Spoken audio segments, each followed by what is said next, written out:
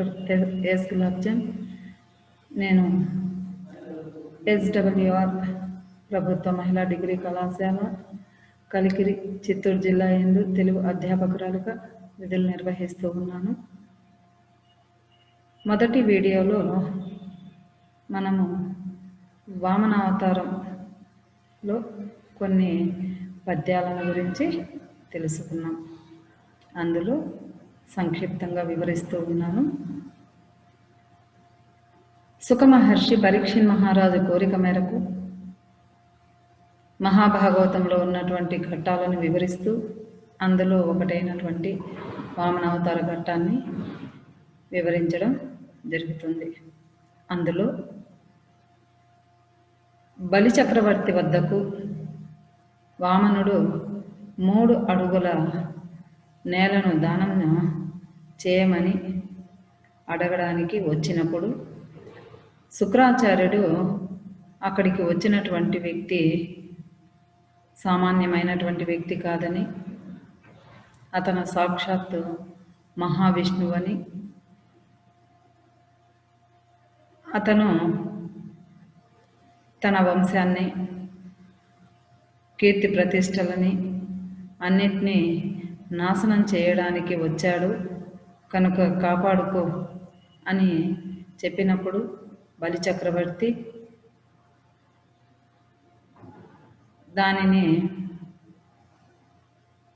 దానికి బదులుగా అనేక రకాలైనటువంటి కారణాలు వివరించి ఉదాహరణల రూపంలో కూడాను రైతు గురించి చెప్పడం, అంతేకాకుండా తాను ఆడినటువంటి మాట తప్పనని గురువుతో బలి చెప్పడం జరుగుతుంది. అంతేకాకుండా తనకు ఎలాంటి హాని కలిగినా, తన వంశం నాశనం అయిపోయినా, ఏమి జరిగినప్పటికీ తను ఆడిన మాట తప్పనని, అక్కడికి వచ్చినటువంటి వాళ్ళల్లో శివుడైనా సరే, విష్ణువైనా సరే, అలాగే బ్రహ్మదేవుడైనా సరే, మరెవరైనా సరే, ఏమైనా సరే పలు మాటలు ఎందుకు నా నాలుకకు మరు మాట్లాడడం అనేది రాదు అని బలి చక్రవర్తి చెప్పడం జరుగుతుంది. ఇది ఇంతకు ముందు ఉన్నటువంటి పద్యంలో మనము తెలుసుకున్నాం కదా. ఇక తరువాత ఆయన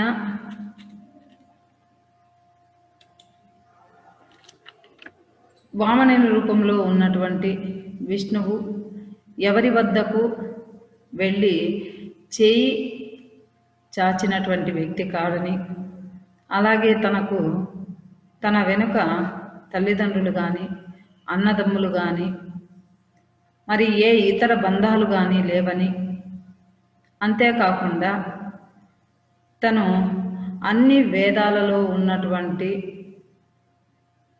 మూల గోష్ఠిని తెలుసుకున్నటువంటి ఒక నేర్పరి అని,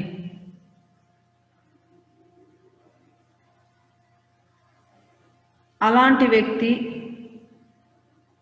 తన ముందు చేయి చాచి అడగడం అనేది అలాంటి వానికి తాను దానం చేయనని చెప్పి గెంటి వేయడం సరికాదని చెప్పేటువంటి సందర్భంలో ఈ క్రింది పద్యం చెప్పబడింది. ఎన్నడున్ బరువేడబోడట ఏకలంబట, కన్నవారన్నదమ్ములనైన లేరట, అన్ని విద్యల మూల గోష్ఠిని ఎరింగిన ప్రోడగుజ్జట, చేతులొగ్గి బసింప ఈ చిన్ని పాపని త్రోసి పుచ్చంగా చిత్తమల్లదు సత్తమా. ఓ మహానుభావ, ఈ పొట్టివాడు ఎన్నడూ ఇతరులను అడుగుటకు వెళ్ళడట, తోడులేని ఒంటరివాడట, ఇతనికి తల్లిదండ్రులు కానీ అన్నదమ్ములు కానీ లేరట, అన్ని విద్యల మూలము తెలుసుకున్న నేర్పరి అట. ఈ విధంగా వామనుడు నా ముందు చేతులు చాచినటువంటి ఈ పసివాణిని దానము ఈయనని చెప్పి గెంటి వేయడానికి నా మనసు ఒప్పటం లేదు అనేసిందని చెప్పడం జరుగుతుందన్నమాట. అలా ఎప్పుడైతే బలిచక్రవర్తి శుక్రాచార్యుడితోటి అంటాడో అప్పుడు శుక్రాచార్యుడికి చాలా ఆవేశం కలుగుతుంది. తను ఎంత చెప్పినా కూడాను ఈ చక్రవర్తి వినడం లేదు, తన నాశనాన్ని కోరి తెచ్చుకుంటున్నాడు అని ఆవేశంతోటి వెంటనే చాలా కోపంతో ఈ మాట అంటాడు. నా ఆజ్ఞను అతిక్రమించావు కాబట్టి త్వరలో నీవు పదభ్రష్టుడవవుతావు అనేసిందే శాపమిచ్చి వెళ్ళిపోతాడనమాట. అలా ఎప్పుడైతే వెళ్తాడో బలిచక్రవర్తి తన గురువు తనని అర్థం చేసుకోలేదనేసిందని బాధపడతాడు. అంతలోనే తను చేసేటువంటి పనిని పైన లగ్నం చేయడానికి ప్రయత్నం చేస్తాడు. ఎప్పుడైతే తన అనుకున్నది ఏంటి, సత్య మార్గాన్ని ఎన్నుకోవడం, దానికి అనుకూలంగా ఆయన ప్రవర్తిస్తాడనమాట. ఇలా ఎప్పుడైతే తనను తానే సమాధానపరుచుకుంటాడు, ఏదో రకంగా బతికేయవచ్చు, చాలా కష్టాలకు కూడా గురి కావచ్చు, పేదరికం రావచ్చు, ప్రాణానికి ధనానికి చేటు కలగవచ్చు, చివరికి చావనేది కూడాను దాపురించినా కూడాను మానధనులకు మాట తప్పడం చేత కాదు అని మనసులోనే సమాధానపరుచుకుంటాడు. అంతలోనే బలిచక్రవర్తి యొక్క ఇల్లాలైనటువంటి వింధ్యావళి, ఆమె ముఖము చందమామ వంటిది, ఆమె నడక రాజహంస లాంటిది. ఆ సందర్భంలో వెంటనే ఆ వింధ్యావళి తన భర్త యొక్క కనుసైగను గమనించి ఆమె బ్రహ్మచారి అయినటువంటి వామనుని కాళ్ళు కడగడానికి బంగారు కలశంతో నీళ్లను తెచ్చిందనమాట. ఎప్పుడైతే ఆ నీళ్లను తీసుకువచ్చిందో ఆమె వెంటనే బలిచక్రవర్తి అక్కడ కూర్చున్నటువంటి వామనుణ్ణి పిలుస్తాడనమాట. ఓ బాలకులలో శ్రేష్టమైనటువంటి ఓ బ్రహ్మచారి, లెమ్ము, ఇటు రమ్ము, నీ కోరిక కాదనకుండా ఇస్తున్నాను, నీ పాదాలు కడగవలసి ఉంది, ఇక ఆలస్యం దేనికి, ఇటురా అనేసిందే అని చెప్పినప్పుడు వెంటనే ఆ వామనుడు తన పాదాలని చాపుతాడనమాట. అయితే ఆ పాదాల యొక్క మహిమ కలిగినటువంటి, గొప్పదనం కలిగినటువంటి ఆ పాదాలను గురించి ఇక్కడ ఈ క్రింది పద్యంలో చెప్పడం జరిగింది. ఆ పాదాలని ఆ రాక్షస రాజు కడగడం అనేది ఈ క్రింది పద్యంలో చెప్పడం జరిగింది. బలిదైతేంద్ర కరద్వయీకృత జల ప్రక్షాళన వ్యాప్తికిన్ జలజతాక్షుడు సాజయోగి సమన సంప్రార్థిత శ్రీదమున్ కలితానమ్రమాలాట పదవీ కస్తూరికా శాదమున్ నళినామోదము రత్నను పూరిత నానా వేదమున్ పాదమున్. ఆ పిలుపుని విని బలిచక్రవర్తి తన 2 చేతులతోనూ కడగడానికి అనుకూలంగా వామనుడు తన కుడి పాదాన్ని చాచాడు. ఆ పాదము ఎలా ఉందయ్యా అంటే, యోగులకు, దేవతలకు కోరినటువంటి సంపదలను సమకూర్చేదిగాను, భక్తితో కూడినటువంటి వంగిన లక్ష్మీదేవి యొక్క నొసటి మీద ఉన్నటువంటి కస్తూరి పంకముతో కూడుకున్నటువంటిదిగా ఆ పాదము, అలాగే పద్మాల పరిమళంతో గుబాళించేదిగా ఉంది. ఆ పాదము సమస్త వేదాలను కాలి అందెగా అలంకరించుకున్నట్టుగా ఉందట ఆ పాదం. అలాంటి పాదాలను ఆయన నీళ్లతో కడగడానికి మొదలు పెట్టాడనమాట. ఆ వామనుని పాదముల దేవతల కష్టాల నుండి కాపాడే విధంగాను, కలకాలము మేలు కలిగించే విధంగాను, ఉపనిషత్తులు అలంకారమైనదిగా, భవబంధాలను పోగొట్టి మోక్షాన్ని ప్రసాదించేదిగా అలాంటి పాదాలని రాక్షస రాజైనటువంటి బలి చక్రవర్తి కడిగాడు.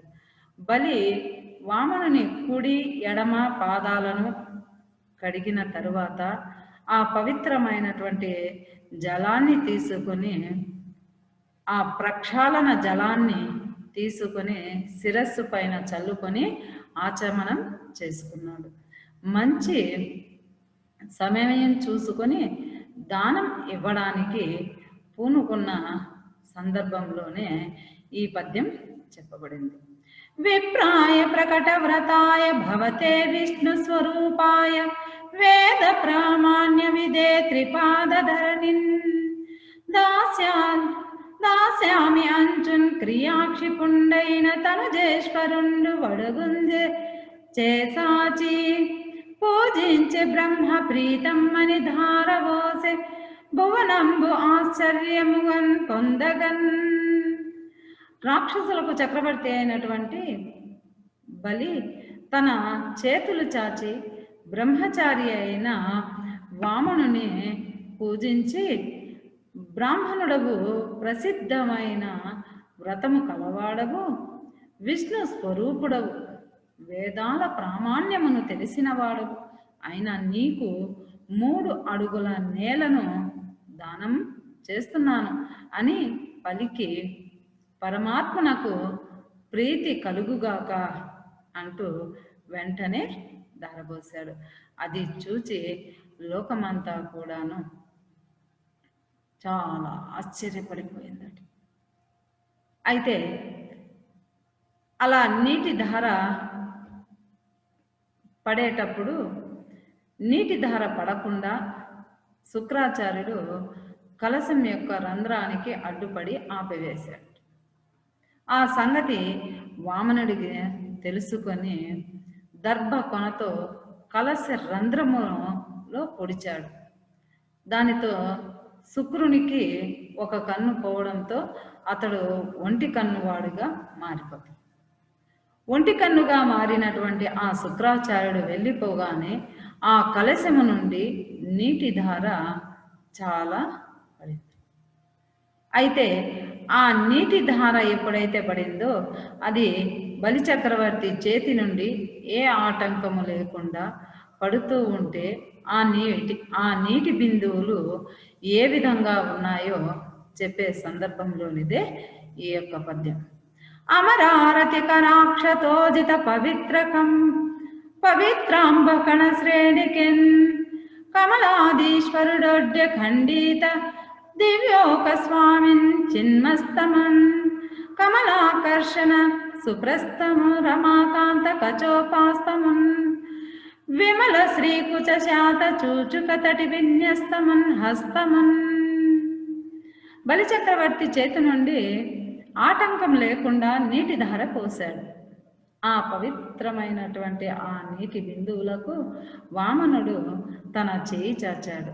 వామనుడు ఆ చాచినటువంటి చేయి ఎలా ఉందయ్యా అంటే రాక్షసుల శిరస్సులను ఖండించినదిగాను, లక్ష్మీదేవిని ఆకర్షించడంలో ప్రసిద్ధమైనటువంటిదిగాను, లక్ష్మీదేవి యొక్క శిరోజాలను సవరించినదిగాను, లక్ష్మీదేవి యొక్క వక్షోజాలపై మర్యాదలను అనుభవించిన గౌరవాన్ని పొందినటువంటి ఆ చేయి, ఆ వామనుని యొక్క చేయి అలాంటి చేయిని చాచాడట. మునుల నియమాలకు ఆధారమైనదిగాను, రాక్షస స్త్రీల కన్నుల నుండి కన్నీటి ధారలను పుట్టించేదిగాను, రాక్షస రాజులను నిరాధారాలుగా మార్చేదైనటువంటి ఆ బలిచక్రవర్తి చేత విడువబడినటువంటి నీటి ధారని వామనుడు స్వీకరించాడన్నమాట. బలిచక్రవర్తి వచ్చినవాడు విష్ణువని తెలుసుకున్నా, దేశ కాలాలను తెలుసుకున్నాడు, శుక్రుని మాటల యొక్క అంతరార్థము తెలుసుకున్నాడు, తనకు చేటు కలుగుతుందని తెలుసుకున్నాడు. అయినప్పటికీ ఆ దానము యోగ్యమైనదని భావించి దానమిచ్చాడు. లోకములో బలిచక్రవర్తి వంటి మహాదాతలు మరొకడు లేడు. మాయా బ్రహ్మచారి వామనుడు బలిచక్రవర్తితో ఇలా చెప్తాడనమాట. ఏమయ్యా అంటే, భూమిని దానం చేసినటువంటి దాతయు, దానిని మిక్కిలి ప్రీతితో తీసుకున్నటువంటి ప్రతి గ్రహీత వారు చేసుకున్నటువంటి పాపాల నుండి విడువబడతారు. వారి యొక్క పాపాలు నశిస్తాయి. వారు సంతోషంగా స్వర్గలోకంలో 100 ఏండ్లు విహరిస్తారు. నీ మనసులో ఒక చింత అయితే ఉండవచ్చు.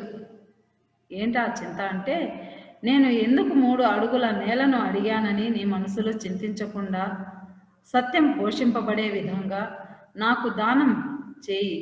ఈ 3 అడుగుల నేల మాకు దేనితో సమానమయ్యా అంటే 3 లోకాలను ఇవ్వడంతో మాకు సమానము అని వామనుడు చెప్పగానే వెంటనే బలిచక్రవర్తి నవ్వుతాడనమాట. ఎందుకయ్యా అంటే, ఈ పొట్టి బ్రహ్మచారి ఈ చిట్టి బుద్ధులన్నీ కూడాను పుట్టిన తరువాత నేర్చుకున్నాడా లేక పుట్టక ముందే నేర్చుకున్నాడా? అన్ని మాయలు ఇతని పొట్టలోనే ఉన్నాయే అని నవ్వి బలి సంతోషంతో వామనునికి భూదాన చేశాడనమాట. ఇది ఎప్పుడైతే ఇలా చేస్తాడో వెంటనే పరీక్షణ్ మహారాజుకు సుఖ మహర్షి ఈ విధంగా చెప్తాడు. ఓ పరీక్షణ్ మహారాజా, విష్ణుమూర్తి అన్ని భూతాలకు అధిపతి కదా, అటువంటి వామనునకు బలి చక్రవర్తి దానం చేయగానే అన్ని దిక్కులు కలకలమన్నాయి. అలాగే పంచభూతాలు బలి బలి అని పొగిడాయి. బలి ఔదార్యాన్ని గ్రహాలు, మునీశ్వరులు, సిద్ధులు, గంధర్వులు, కిన్నెరులు, యక్షులు, గరుడులు, దేవతలు, సర్పరాజులు అందరూ పొగిడారు. బలిపై పూల వానలు కురిపించారు. దేవతలు విజయ దుందుభీలు మ్రోగించినవి. వామనుడు దానమును స్వీకరించిన పిదప ఇక ఆయన అసలు రూపాన్ని చూయించాలి. ఇంకా తన రూపాన్ని ఏ విధంగా పెంచాడో ఈ క్రింది పద్యంలో చెప్పబడింది. ఎంతెంతై వటుడింతై మరియు దానింతై నభో వీధి పైనంతై తాయద మండలాగ్రమణ కల్లంతై ప్రభారాశి పైనంతై చంద్రుని కంతై ధ్రువుని పైనంతై మహర్మాటి పైనంతై సత్య పదోన్నతుండగుచు బ్రహ్మాండాంత సంవర్తి. దానాన్ని తీసుకున్న వామనుడు కొద్ది కొద్దిగా తన రూపాన్ని పెంచుకుంటూ పోయాడు. ఇంతగా ఉన్నటువంటి వామనుడు అంతవాడు మరింత వాడయ్యాడు. క్రమంగా తన రూపాన్ని పెంచుకుంటూ పోయాడు. వరుసగా ఆకాశం కంటే, మేఘమండలము కంటే, వెలుగు రాసుల కంటే పైకి పెరిగిపోయాడనమాట. చంద్రుని వరకు, ధ్రువ నక్షత్రం వరకు, మహర్లోకము వరకు, ఆ పైన ఉన్నటువంటి సత్యలోకం వరకు కూడాను పెరిగిపోతూ బ్రహ్మాండమంతా కూడాను నిండిపోయాడు. అలా నిండిపోయినటువంటి బలి చక్రవర్తికి సూర్యుని యొక్క బింబము ఎలా అలంకరణంగా, ఆభరణంగా మారినదో ఈ క్రింది పద్యంలో చెప్పబడింది. రవి బింబంబూపమింప పాత్రమగు ఛత్రంబై శిరోరత్నమై శ్రవణలాంకృతమై గళాభరణమై సౌవర్ణకేయూరమై చవిమత్కంకణమై కటిస్థలిని ఉదంతాద్వస్త్రమై నుపూర ప్రవరంబై పదపీఠమై వటుడున్ తాన్ బ్రహ్మాండమున్ నిండుచోన్. వామనుడు బ్రహ్మాండమంతా నిండిపోతున్నాడు.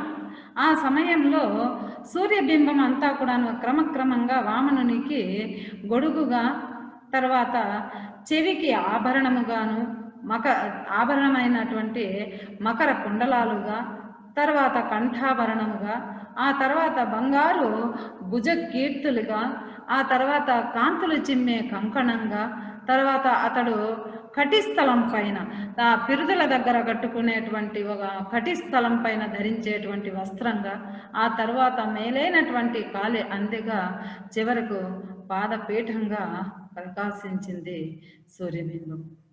ఇలా ఆయన దానాన్ని స్వీకరించిన తరువాత తన యొక్క రూపాన్ని పెంచుకుంటూ వెళ్ళాడు. ఆ పెంచిన తరువాత ఇక తనకు అర్థమైపోయింది తన నాశనం తప్పదు అని. వెంటనే ఎప్పుడైతే బలి చక్రవర్తి 3 అడుగుల నేలని ఇచ్చాడో, ఇక ఆ 3 అడుగుల నేలని ఇంకా ఆయన ఆక్రమించాలి కాబట్టి, ఒక పాదం ఆకాశం పైన, మరొక పాదము భూమి పైన, ఇక 3వ పాదం వేయడానికి స్థలం ఎక్కడ ఉంది, ఆ ప్రదేశం ఎక్కడ అని అన్నప్పుడు బలి చక్రవర్తి నా శిరస్సు పైన పెట్టండి అని శిరస్సుని వంచడం, అతన్ని పాతాళంలోకి నెట్టివేయడం, 3వ అడుగు ద్వారా పాతాళంలోకి వెళ్ళిపోవడం జరుగుతుంది. ఇది వామనావతారం యొక్క ఘట్టం. ఇందులో ఉన్నటువంటి అంశాలన్నిటినీ కూడాను దృష్టిలో పెట్టుకొని విద్యార్థులంతా కూడాను చక్కగా చదువుకోవాలి.